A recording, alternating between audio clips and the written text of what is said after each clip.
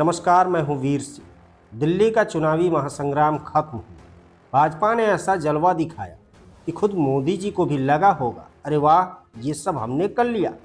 दूसरी तरफ बेचारे केजरीवाल जी, जो कभी जंतर मंतर के सिंहासन पर विराजमान होकर भ्रष्टाचार के खिलाफ झंडा लहराते थे, अब खुद चुनावी बवंडर में उड़ गए। अन्ना हजारे भी किसी कोने में बैठकर टोल्ड यू सो की मुद्रा में मुस्कुरा रहे होंगे। अब बात करते हैं मोदी लहर की, जो इस बार दिल्ली में सुनामी बनकर आई और आम आदमी पार्टी की इमारत को नेस्तनाबूद कर गई। भाजपा के रणनीतिकारों ने शायद यह सोच रखा था कि अगर इस बार दिल्ली जीत ली तो अगले चुनाव में मंगल ग्रह पर भी प्रचार करने जाएंगे। इस अद्भुत विजय पर अमित शाह जी ने घोषणा कर दी कि झूठ, अराजकता और भ्रष्टाचार की दुकान बंद होगी।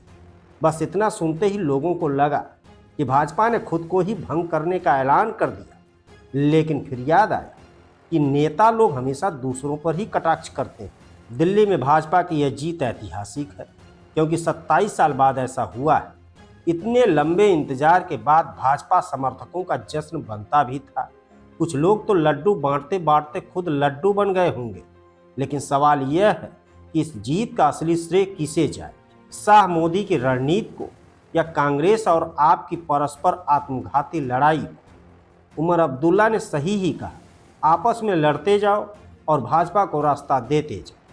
अब अन्ना हजारे की बात करें तो उनकी खुशी देखते ही बन रही है।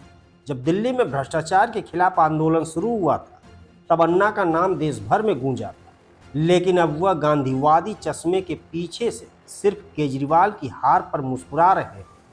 पर सवाल ये है कि मोदी सरकार में जब बड़े बड़े घोटाले सुर्खियां बनते हैं तो अन्ना जी का मौन व्रत क्यों टूटता नहीं।